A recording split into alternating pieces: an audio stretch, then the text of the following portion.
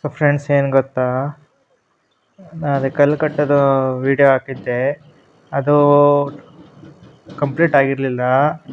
So ಇವತ್ತು ಮತ್ತೆ ಬಂದಿದ್ದರು, ನೆನ್ನೆನೂ ಮಾಡಿದ್ರು ಇವತ್ತು ಮಾಡ್ತಿದ್ರು. ಹಾಗೆ ಇವತ್ತು ಟ್ಯಾಕ್ಟ್ರನ್ನ ಕರ್ಸ್ಕೊಂಡಿದ್ವಿ, ಯಾಕಂದರೆ ಕಲ್ಲನ್ನು ಲೋಡ್ ಮಾಡ್ಬಿಟ್ಟು ಮೇಲಕ್ಕೆ ಸುರಿಬೇಕಾಯಿತು. ಸೊ ಅದಕ್ಕೆ ಬಂದಿತ್ತು.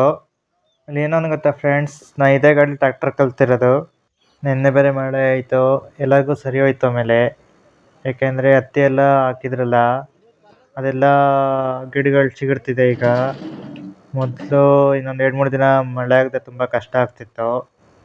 ಸೊ ಗಿಡಗಳು ಚಿಗುರುತ್ತೆ, ಆಮೇಲೆ ಇಲ್ಲೂ ವರ್ಕ್ ಮಾಡೋಕ್ಕೂ ಆರಾಮಾಯಿತು. ಒಂದು ಕಡೆಯಿಂದ ಕಲ್ಲು ಜೋಡಿಸ್ಕೊಬಿಡ್ತಿದ್ದಾರೆ. ಲಾಸ್ಟ್ ಟೈಮ್ 80% ಮುಗ್ದಿತ್ತು, ಇನ್ನೊಂದು 30% ಇತ್ತು. ಅದಕ್ಕೆ ಟ್ಯಾಕ್ಟ್ರ್ ಲೋಡ್ ಮಾಡ್ಕೊಂಡು ಹಾಕ್ತಿದ್ರು. ನೋಡಿ ಲೋಡ್ ಮಾಡೋದು ನಿಮಗೆ ಕಾಣಿಸ್ತಿರ್ಬೋದು.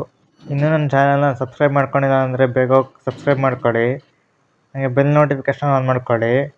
ಸೊ ನನ್ನೆಲ್ಲ ಅಪ್ಡೇಟು ನಿಮ್ಗೆ ಬರ್ತಾ ಇರುತ್ತೆ. ಆಮೇಲೆ ನಿಮ್ಮ ಇನ್ಸ್ಟಾಗ್ರಾಮಲ್ಲಿ ಇದ್ದೀರಾ ಅಂದರೆ ಅಲ್ಲೂ ರಾಯಲ್ 360 ಅಂತ ಹೊಡೀರಿ, ಅಲ್ಲೂ ನನ್ನ ಐ ಡಿ ಬರುತ್ತೆ. ಆಮೇಲೆ ಫೇಸ್ಬುಕ್ಕಲ್ಲಿ ಹೋಗಿ ಫಾಲೋ ಮಾಡ್ಕೊಳ್ಳಿ ಯಾರ್ಯಾರು ಇದ್ದೀರಾ, ಅಲ್ಲೂ ರಾಯಲ್ 360 ಅಂತಲೇ ಇದೆ ಐ ಡಿ. ಅಲ್ಲಿ ಕಲ್ಲು ಜೋಡಿಸಿದ್ರೆ ತುಂಬ ನೀಟಾಗಿ ಜೋಡಿಸ್ತಿದ್ರು, ಒಂಚೂರು ಗ್ಯಾಪ್ ಉಳಿತಿರ್ಲಿಲ್ಲ.